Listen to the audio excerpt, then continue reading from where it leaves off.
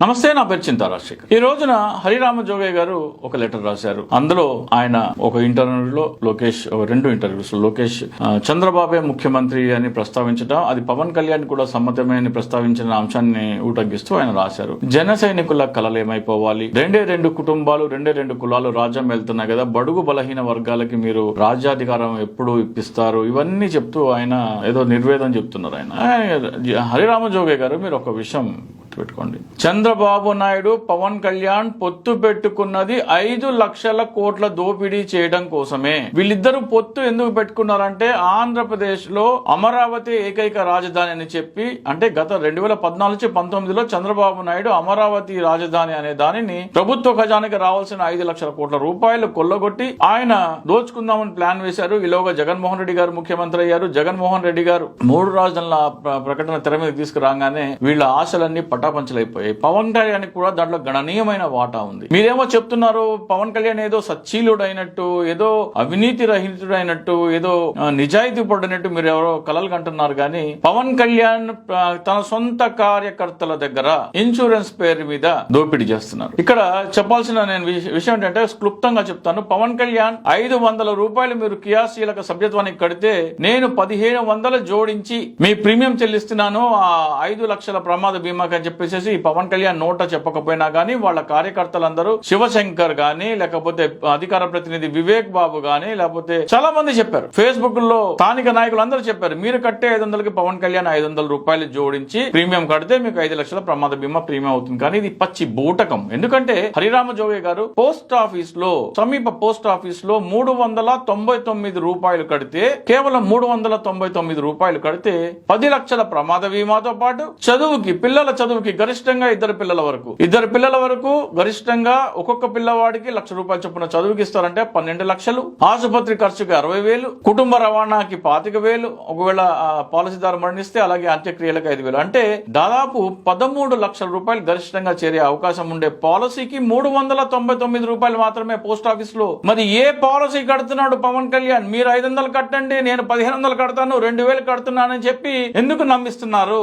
సొంత కార్యకర్తల డబ్బు, వాళ్ళ చెమట రక్తంతో సంపాదించిన డబ్బు జలగలాగా పిలిచేస్తున్నాడు. పైగా ఏమంటాడు, పొద్దున్నే ఒక సినిమా దగ్గర అడ్వాన్స్ తీసుకుని సాయంత్రం ఇన్సూరెన్స్ కంపెనీకి చెక్ ఇచ్చేసాను, ఇంటికి కూడా తీసుకోలేదు డబ్బు అంటారు. 1 కోటి రూపాయలు ఇచ్చాను, 2 కోట్ల రూపాయలు ఇచ్చాను చెక్ ఇన్సూరెన్స్ కంపెనీ వాళ్ళకి తన డబ్బు ఇస్తున్నట్టు బిల్డప్ ఇస్తారు. అయ్యా బాబు, వాళ్ళు కట్టే డబ్బులోనే 399 రూపాయల్లోనే 13 లక్షల వరకు గరిష్టంగా లాభం చేకూరే ప్రమాద బీమా ఉన్నప్పుడు 500 రూపాయలు ఎందుకు వసూలు చేస్తున్నాడు?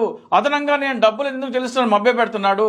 ఇంతకంటే దోపిడీ ఏమన్నా ఉంటుందా? అధికారంలోకి రాని పార్టీ సొంత కార్యకర్తల దగ్గర, నమ్మిన కార్యకర్తల దగ్గర నయవంచన, నమ్మక ద్రోహంతో డబ్బులు దోచుకుంటున్న పవన్ కళ్యాణ్ అవినీతి రహితుడని మీ కళ్ళకి ఎలా కనబడుతున్నాడు? హరిరామ జోగయ్య గారు, ఒకసారి పోస్ట్ ఆఫీస్ కి ఎవరైనా పంపించండి. అలాగే బడుగు బలహీన వర్గాలకి అంటే ఈయన అమరావతిలోనే 5 లక్షల కోట్ల రూపాయల దోపిడీ ఎలా చేస్తున్నారో మీకు స్క్రీన్ మీద కనపడుతున్న లింక్ కనుక మీరు టైప్ చేస్తే గూగుల్లో ఆ సమాచారం మీకు వస్తుంది. ఆ సమాచారం చదువుకోండి.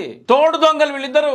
భూ ప్రపంచంలోనే గతంలో ఎప్పుడు జరగనంత, రాబోయే 200-300 సంవత్సరాల్లో ఎప్పుడూ జరగనంత దోపిడీకి వీళ్ళిద్దరూ అమరావతిలో స్కెచ్ వేశారు. అది చదువుకోండి దయచేసి. ఆ లింక్ మీరు టైప్ చేసి గూగుల్ క్రోమ్ లో కొడితే అది ఓపెన్ అవుతుంది. ఆ సమాచారం మొత్తం ప్రింట్ చేయించుకుని తెప్పించుకుని చదువుకోండి. చంద్రబాబు నాయుడు, పవన్ కళ్యాణ్ 5 లక్షల కోట్ల దోపిడీకి పన్నాగం వేశారు. వాళ్ళు వస్తే ప్రజలకి సేవ చేయరు, పరిపాలన చేయరు, సంక్షేమ పథకాలన్నీ ఆగిపోతాయి. ముందే చెప్తున్నా నేను.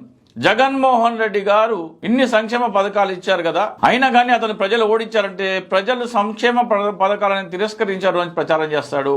అంటే ఇది జరిగే పని కాదు. చంద్రబాబు నాయుడు, పవన్ కళ్యాణ్ కూటమి నాకు తెలిసి గెలిచే ఆస్కారం కాదు కదా. పోయినసారి వచ్చిన 23 సీట్లు కూడా వచ్చే పరిస్థితి అయితే కనబడట్లేదు ఈ రోజున. ఒకవేళ ఏదైనా సరే చమత్కారం జరిగి, అనూహ్యంగా ఏదైనా జరిగి 0.0000001% లో వాళ్ళు ఏమైనా అధికారంలోకి వస్తే ప్రజలందరూ, సంక్షేమ పథకాలు తీసుకుంటున్న ప్రజలందరూ చంద్రబాబు నాయుడు గత నైజం చూడాలి. అతను ఇచ్చిన హామీలన్నీ ఎలా తుంగలో తొక్కుతాడు అది చూడాలి.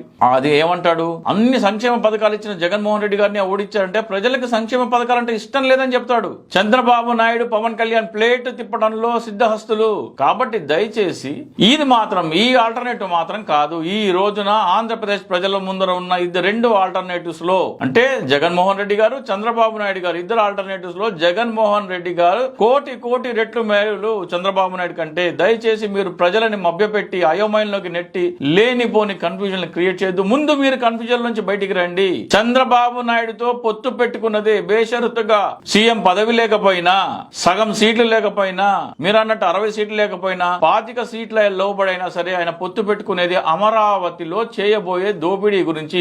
ఒకసారి స్క్రీన్ మీద మరొకసారి ఆ లింక్ ప్లే చేస్తున్నాను. ఆ లింక్ చూసుకోండి ఒకసారి. మీరు ఆ లింక్ చూసుకొని మీరు దాన్ని చదువుకుంటే మీకు అర్థమైపోతుంది వీళ్ళిద్దరు ఎందుకు పొత్తు పెట్టుకున్నారు. ఆంధ్రప్రదేశ్ ప్రజలందరూ, వైసీపీ కార్యకర్తలందరికీ నేను విజ్ఞప్తి చేస్తున్నాను. ప్రతి ఒక్క కార్యకర్త ఒక 600 రూపాయలు పెట్టుకొని వాళ్ళ ఇంటి ముందర ఈ ఫ్లెక్సీ ప్రింట్ చేసుకుని గోడకి కొట్టేస్తే, మేకులు పెట్టి కొట్టేస్తే చాలు, ప్రజలు చదువుకుంటారు మీ గ్రామంలో. ప్రతి ఒక్క వైసీపీ నాయకుడు, వైసీపీ కార్యకర్త, ఎంపీలు, ఎమ్మెల్యేలు, మినిస్టర్లు, జెడ్పీటీసీలు, ఎంపీటీసీలు, సర్పంచ్లు, వీళ్ళందరూ కార్పొరేట్లు, వీళ్ళందరూ వాళ్ళ నియోజకవర్గాల్లో సెంటర్ల దగ్గర లేకపోతే వాళ్ళ ఇంటి ఎదుట ఈ సమాచారాన్ని డిస్ప్లే చేస్తే జగన్మోహన్ రెడ్డి గారు తలపెట్టిన 175/175 ఖచ్చితంగా సాధ్యం. కార్యకర్తలు కట్టిన దాంట్లో నుంచే మీరు ఫోన్ పే ఓపెన్ చేస్తే దాంట్లో యాక్సిడెంటల్ ఇన్సూరెన్స్ మీకు కేవలం ఇన్సూరెన్స్ అని ఉంటుంది, ఆ చివర యాక్సిడెంట్ అని ఉంటుంది.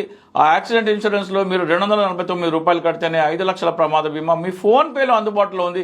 500 రూపాయలు వసూలు చేసి నేను 1500 రూపాయలు కడుతున్నానని భ్రమలు ఎందుకు కల్పిస్తున్నాడు? ₹1,00,00,000 చెక్ ఇన్సూరెన్స్ కి ఇస్తున్నానని, 2 కోట్లు చెక్ ఇస్తున్నా ఎందుకు ఇస్తున్నానని ఎందుకు మభ్య పెడుతున్నాడు? కార్యకర్తలు చెల్లించే దాంట్లోనే మిగులుతున్నాయి. పైగా ఒకవేళ కార్యకర్త చనిపోతే ఇన్సూరెన్స్ కంపెనీగా కార్యకర్తకు డబ్బు పంపిస్తే నేను ఇస్తున్నా అని చెప్తున్నాడు. దాదాపు ఈ ఇన్సూరెన్స్ దాదాపు 10 లక్షల మంది చేసుకున్నారు. ఆయన 50 కోట్లు, అంటే 500 × 10 లక్షలు అంటే 50 కోట్ల రూపాయలలో ఇన్సూరెన్స్ కంపెనీకి ఒక 200 రూపాయలు చెల్లించిన కానీ దాదాపు 30 కోట్ల రూపాయలు ఆయనకి మిగిలింది.